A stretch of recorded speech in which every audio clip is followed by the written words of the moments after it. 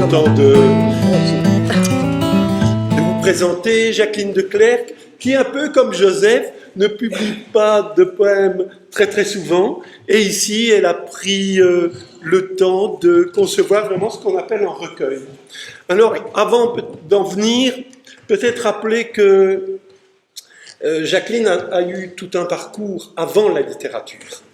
Donc, Jacqueline a suivi à l'ULB des études de communication et de journalisme. J'y suis restée. Et puis tu es restée plus de 20 ans. En sciences humaines, dans la recherche. Et là, tu as fait de la recherche, mais tu écrivais déjà. Tu as écrit un petit peu, des volumes. Pas beaucoup. Ah oui, là, dans le cadre de la recherche. De la recherche, oui, oui, beaucoup. Qui tournait autour de l'animation culturelle, de la pédagogie. Oui, surtout de la sociologie qualitative. Je ne suis pas très pro-statistique, on peut leur faire dire, comme tout le monde le sait, n'importe quoi, tandis qu'avec le qualitatif, on peut arriver peut-être à un peu plus. Mais bon, pour moi, c'est vraiment une autre vie, hein, la socio. J'ai pas oublié, mais j'ai un peu tourné la page. Et comment se fait-il qu'après 85, donc après avoir quitté cet univers où tu étais amené à faire des formations, surtout à faire de la recherche et à publier. Je n'ai pas fait beaucoup de formations. Je n'étais pas prof. Hein. Tu as publié plusieurs volumes, oui. De 70 aux années 80. Oui. Et la question est... La question c'est, comment es-tu venu de cette... entre guillemets, littérature de recherche à l'écriture, à la littérature? Ça, je ne sais pas trop, mais je sais que la littérature est une grande passion, même si je n'écrivais pas à l'époque, mais je lisais beaucoup, j'étais très attirée par la littérature. Le roman, c'est vrai, la nouvelle, le format court m'intéressait beaucoup, et la poésie. Et quand j'ai décidé de quitter la recherche, c'est pour écrire. Je me suis dit, c'est un peu dangereux, mais si je ne le fais pas maintenant, je ne le ferai jamais. Je l'ai fait, on verra. Et tu as commencé assez tardivement, puisque... Assez tardivement, tu peux le dire. Mon premier livre littérature, et celui-là est un ensemble de nouvelles autour... Donc, Bruxelles est le thème central, et c'est une série de petits récits, mais construits comme une nouvelle, je pense, doit l'être, et qui change d'écriture un petit peu en fonction des quartiers où l'histoire se passe, parce que Bruxelles, c'est toute une série, c'est effectivement à la fois une unité et quelque chose d'extrêmement divers. On peut en lire quelques lignes pour donner une petite idée? Oui. Donc c'est extrait de La demeure des Aules que Jacqueline a publié en 1992 chez Jacques Darras à Amiens, dans sa collection Inuit. Elle avait fait construire la maison selon les plans d'un architecte tchèque qu'elle avait passionnément aimé un moment. Elle l'avait rencontré à Paris, il y faisait un stage, elle n'y faisait que passer. Ils repartirent ensemble pour Bruxelles. Là, elle lui montra le terrain qu'elle possédait, avenue des Chênes, en lisière de la forêt de Soignes. Il lui dessina sur le champ une maison bizarre, mi-chalet, mi-villa, avec une terrasse en surplomb accrochée aux façades. Ils s'aimèrent encore quelque temps après la fin du chantier. Puis, elle lui suggéra de rentrer à Prague, y épouser la jeune bohémienne qui l'attendait sur la Moldo. Ce qu'il fit. Donc ça, c'est un extrait du premier livre. Mais alors, les autres livres... Pas du tout à ça, c'est une bonne idée. Mais j'aime bien faire une approche buissonnière, parce que c'est l'occasion aussi de faire découvrir d'autres textes. Alors, très très vite, en 94, en 96, il y a d'autres livres qui sont venus, et encore une fois, chez de bons éditeurs. D'abord, La Comptine du temps au Cormier, en 94, et puis, un peu plus tard, Court-circuit haute tension dans la collection Traverse de l'Arbre à parole. C'est ça. Et donc là, après 85, un temps d'écriture, de 92 à 96, ça fait déjà 3 livres. Et quand même assez copieux, avec des textes en prose, des nouvelles du côté de... Et des poèmes. Et de nouveau des poèmes. Des poèmes avec Court-circuit. Et un poème ou deux en ligne sur Internet. D'accord. dont j'ai pas le... Enfin, j'ai les feuilles, mais j'ai pas mis en page. On peut peut-être en découvrir Je t'en prie. un extrait. Combien sont-ils à parcourir l'Atlas, les hauts plateaux, le Cersou, les Aurès? Combien sont-ils aujourd'hui ceux pour qui la recherche de l'herbe résume toute la vie? Surprenant, il est vrai, pour les gens que nous sommes, que l'herbe puisse être, de la sorte, le Graal de milliers d'hommes. Vouée à la lame des tondeuses de jardin, à l'arrachage, au poison, elle n'a grâce à nos yeux accablés de verdure, qu'autant que devenus ras, gazon de pelouse, green ou faraway. Ailleurs, est-ce la raison? L'herbe est moins verte. Là-bas, où elle se dit Hacheb et sa quête Hachaba. Voilà donc un extrait de Court-circuit haute tension. Très bien. Magnifique. Alors, venons-en au livre que tu as fait publier au Coudrier avec La première fois. différentes. C'est une première publication au Oui, Coudrier je suis ravie. avec de très très belles illustrations d'un ami peintre qui s'appelle Dominique Fournal. Et donc je vais vous en montrer quelques exemples. Donc il y en a plusieurs qui Et qui m'a véritablement... ornementent vraiment Je le connais recueil. Dominique depuis très très longtemps, et en écrivant ces poèmes, je me disais de deux choses l'une, ou il n'y a pas d'illustration, il n'y a que du texte, ou c'est Dominique Fournal qui va l'illustrer. Mais comment faire, comment dire, est-ce que je vais le payer? En fait, je compliquais tout pour un peu retarder le moment. Et un jour, je l'invite et je lui dis, il me dit, tu travailles, tu vas... Oui, je viens de finir un manuscrit et j'aimerais bien que certaines de tes toiles, ce serait possible. Il m'a ouvert non seulement son atelier et tous les catalogues et il m'a dit, vas-y, choisis. Et ça m'a pris un temps, parce que j'en avais plus que de textes. Alors, Joëlle Billy, l'éditrice de Coudrier, m'a dit, Jacqueline, 5, 6, ça serait bien, mais pas 18, quoi. Hein. J'ai dit, écoute, moi, je n'y arrive pas, je veux tout. Et finalement, elle m'a dit, je vais te faire une proposition, et on est tombé sur les mêmes. Et je suis vraiment ravie parce que c'est splendide et en chance inouïe, les clichés photographiques rendent très bien compte des œuvres originales parce que Fournal est un coloriste, hein, il a une technique et c'est très très bien rendu. Mais ce qui me semble aussi, alors que ce sont des œuvres non figuratives, oui. Elle relaie bien les thèmes que tu as voulu traiter dans ces trois parties du recueil. Entre Solstice plus la... Ah oui, elle est intégrée à la... Elle est intégrée, oui, tout à fait. C'est un dialogue. Je trouve vraiment qu'entre les peintures de Dominique et mes textes, ça se parle. Comme on le fait maintenant. Et ça, c'est magnifique. Il n'y en a pas l'un qui a la prima sur l'autre, ou le primeur. Et disons que dans les différentes parties, il y a ce souci d'évoquer la nature et les sentiments. À la fois les émotions face à la nature, donc au travers de toute une série de poèmes qui suivent le mouvement des saisons, et puis la partie qui se passe à Rome, vraiment une narratrice qui est au milieu de ses émotions, de ses désirs, de sa sensualité. Oui, mais je crois que l'écriture poétique se prête bien à l'expression des émotions et à tenter de susciter des émotions chez l'autre. Alors là, tu suis le mouvement des saisons, et il y a différents textes, et il y a un texte qui est quand même assez terrible, c'est Scène de chasse à l'envers, où tu t'es mise un peu à la place de la victime. Tu pourras en parler?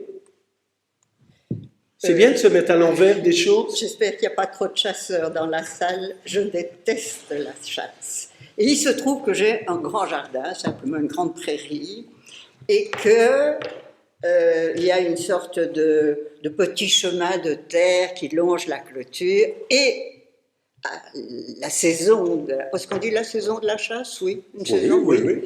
Ils sont là, ils sont bien habillés, ils ont des chapeaux avec une petite plume, des dames, des messieurs, et ils sont là et ils attendent. Il se trouve que dans ma prairie, parce que j'ai eu des petits-enfants, maintenant ils sont grands, mais de nouveau des petits, enfin, qui sont aussi grands, j'ai une grande balançoire. Et les faisans se mettent sur cette balançoire, comme ça, et viennent nous dire bonjour. Et les gosses étaient ravis d'avoir les faisans, etc. De l'autre côté de la clôture, il y avait les chasseurs qui attendaient. Je ne vais pas en dire plus. Tu veux qu'on lise ensemble? Oui. Alternativement. D'accord. Tu prends la gauche? Je prends la gauche, oui. Et je prends la droite et le centre. Ça va. Donc, scène de chasse. Attends, Vas-y, à l'envers. C'est page 13. Oui, sans lunettes, ça, c'est pas possible. Ah, page 13. Et je prends la gauche. Et tu prends la gauche, oui. D'habitude, je prends la gauche, mais ça fait rien. 13. Allez. Agglutinés derrière la clôture du jardin, des chasseurs et leurs chiens donnent de la voix. En face, perchés sur le portique des agrès, 6 couples de faisans parfaitement alignés. Les hommes gueulent, les cadors aboient. Pas une plume des volailles ne tressaille. L'air s'emplit de menaces. Allez, oust, cassez-vous, foutez le camp, emplumés de malheur, cris, hurlements, glapissements rageurs. Le calme campagnard trépasse. Les volatiles demeurent résolument immobiles. De guerre lasse, les nigdouilles repartent, bredouilles. Le tir au perché est interdit sur une propriété privée. Bien informés, les gallinacés.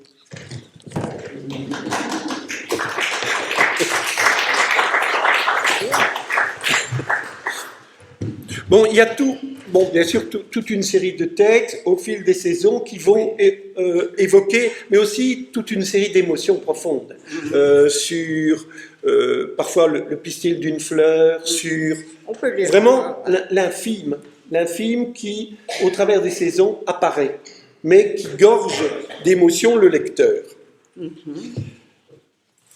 Tu peux lire ce que tu avais prévu? Oui, celui-là est un peu... Non, ce que tu avais prévu avant. Ah, c'est celui-là, d'accord.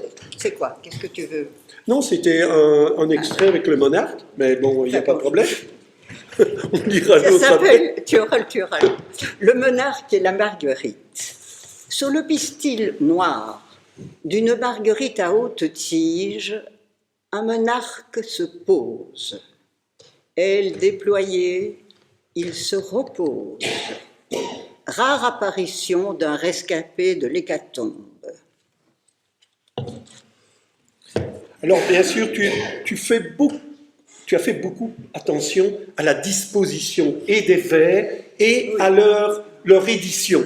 Bon, il se fait que c'est la seule collection au Coudrier où on peut se permettre, grâce à la collection italienne, une reproduction des vers dans leur intégralité. Les autres éditions étant beaucoup plus étroites. Et donc, je trouve que la collection italienne permettait ce travail. C'est un cadeau de l'éditrice. Donc, parfois, il y a des retraits, donc vous pouvez le voir ici. Donc, les vers ne sont pas toujours présentés de manière classique. Tu aimes bien, par exemple, mettre en évidence un mot, un vers, et donc ça fait tout un travail d'édition particulièrement intéressant.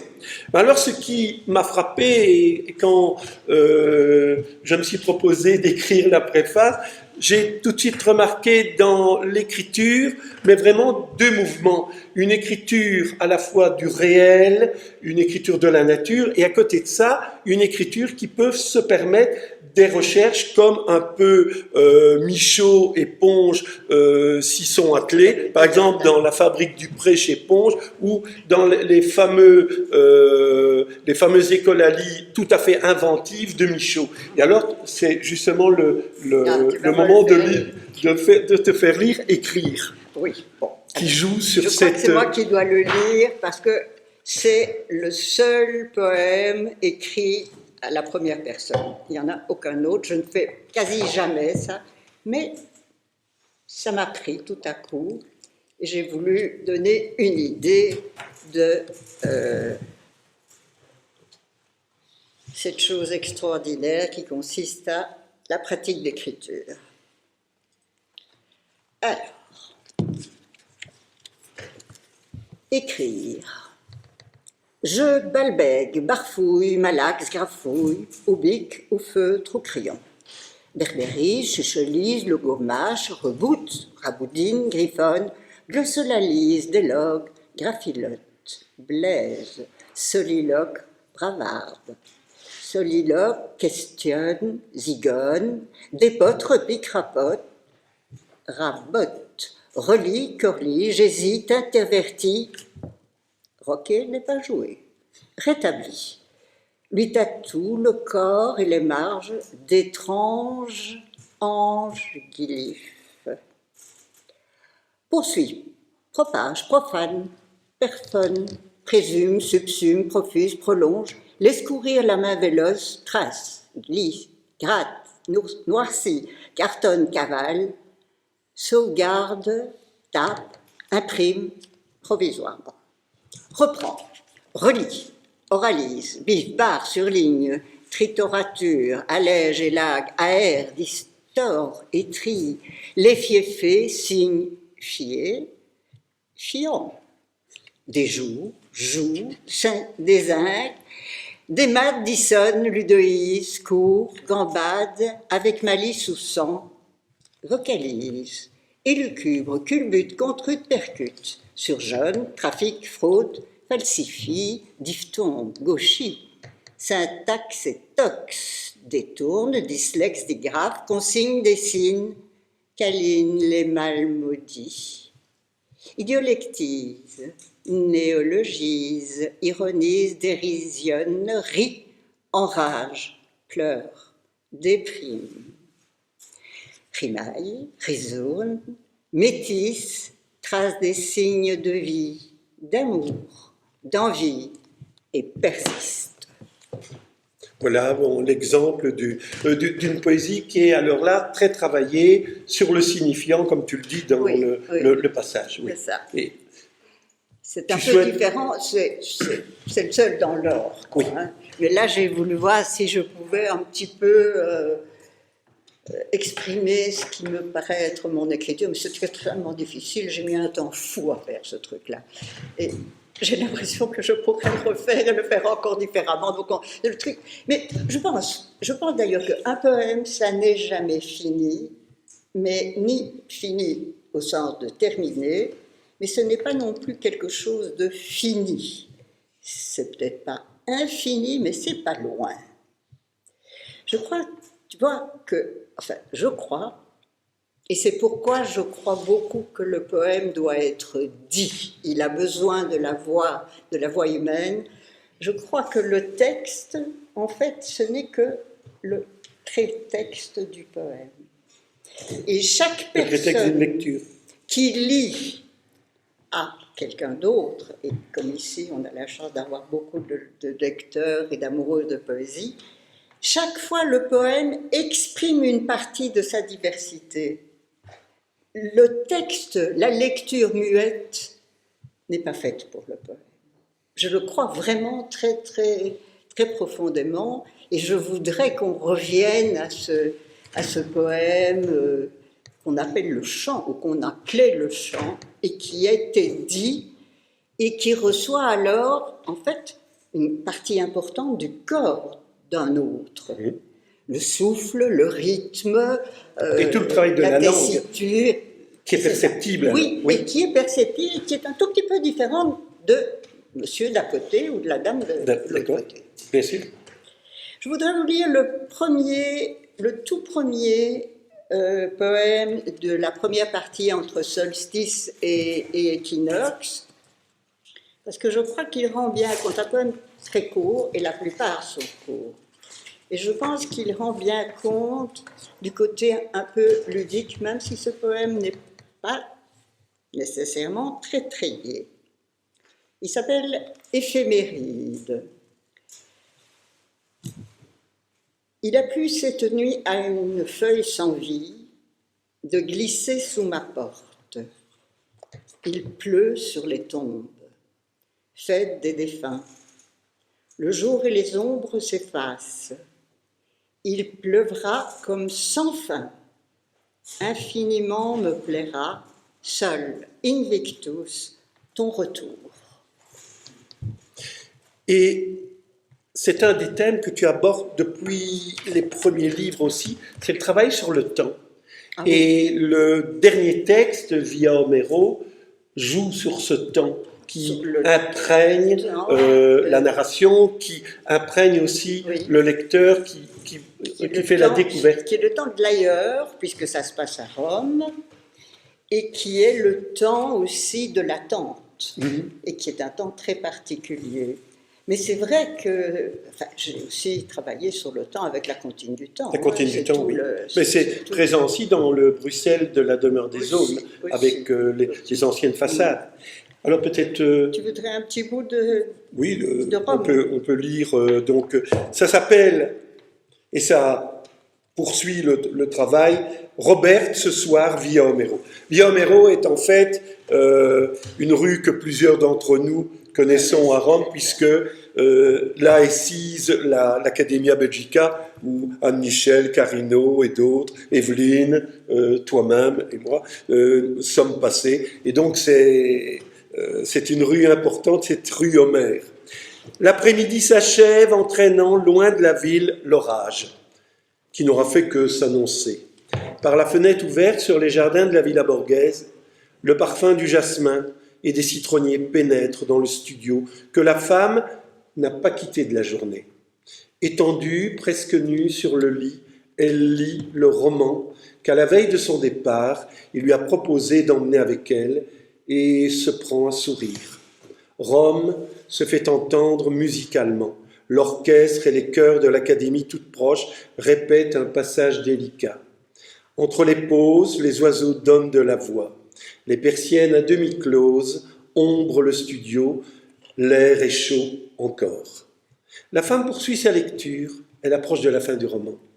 De temps en temps, elle bouge un peu les jambes, mouvements souples et lents, en ciseaux, par lesquels elle recherche la fraîcheur du drap. Elle n'ignore plus pourquoi, de tous les livres de sa bibliothèque, il a choisi celui-ci.